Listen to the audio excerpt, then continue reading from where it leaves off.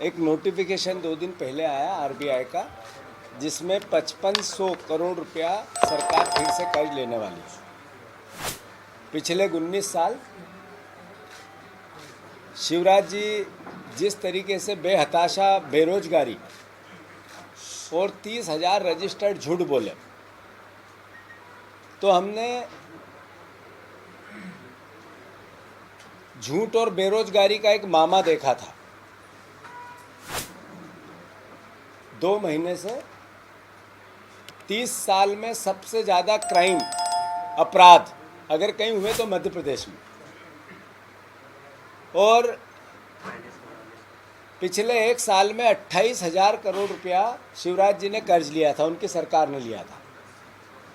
2 महीने में 15,000 करोड़ रुपए का कर्जा आदरणीय शिवराज सिंह हमारे आदरणीय मोहन भैया ने ले लिए, मोहन यादव जी ने ले लिए।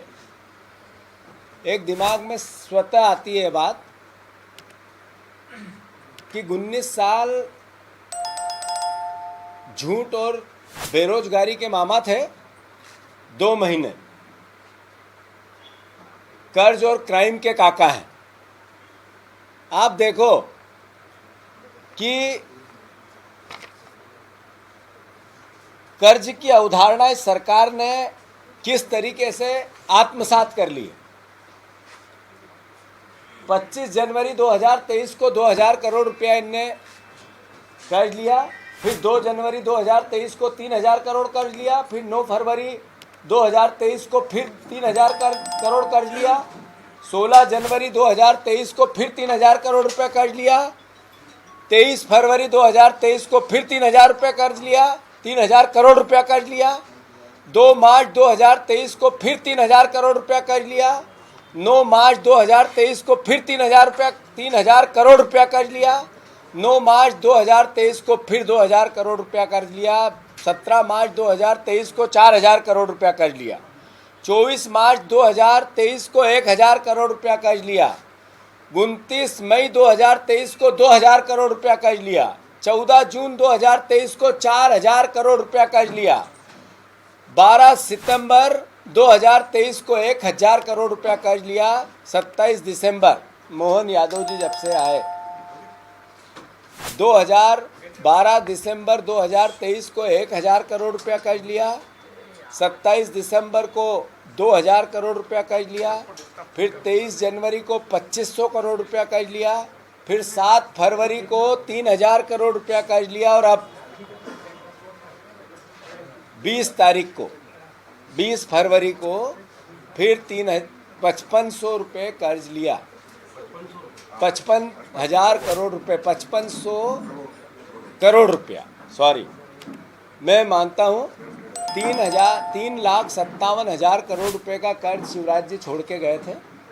पिछले साल लगभग 42,000 करोड़ रुपया, 28,000 करोड़ रुपया कर्ज शिवराज जी ने लिया था, और लगभग 14,500 करोड़ रुपया कर्ज 2 महीने में आदरणीय मोहन यादव जी ने लिया। सवाल ये है, ये कर्ज लेते हैं तो करते क्या है? अभी अनुपूरक बजट आया था, बजट में कर्ज की अदायगी के लिए प्रोविज़न है। मतलब अब लगभग 35 से 38,000 करोड़ रुपया पर साल हमें सिर्फ कर्ज का अदायगी देनी है लगभग, और कर्ज की किस्तें देनी है।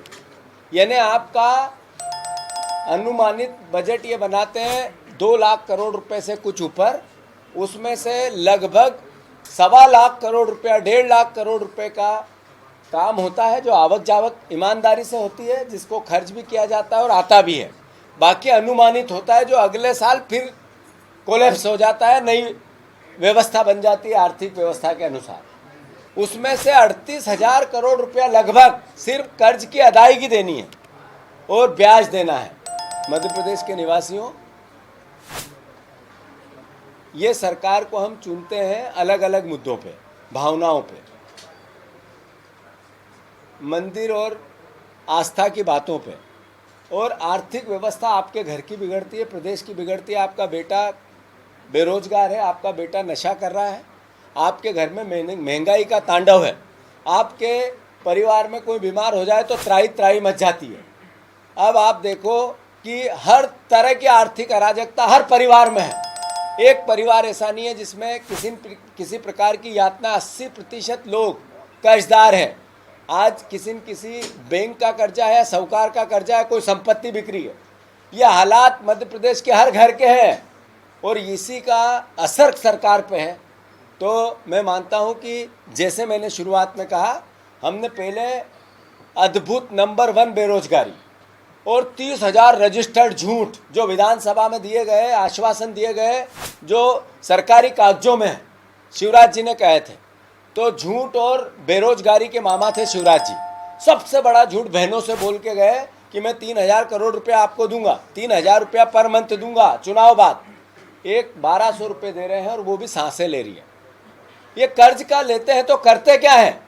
क्या ये कर्ज लेकर इनने प्रोविज़न किया है कि हम 2,700 रुपये किसानों का जो हमने वादा किया था वो देंगे? नहीं किया। अभी अनुपूरक बजट में इसका कोई प्रोविज़न नहीं है।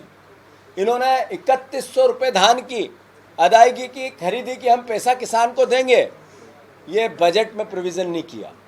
साथियों, मध्य प्रदेश के वासियों, किसान भाइयों, देश में आंदोलित है किसान।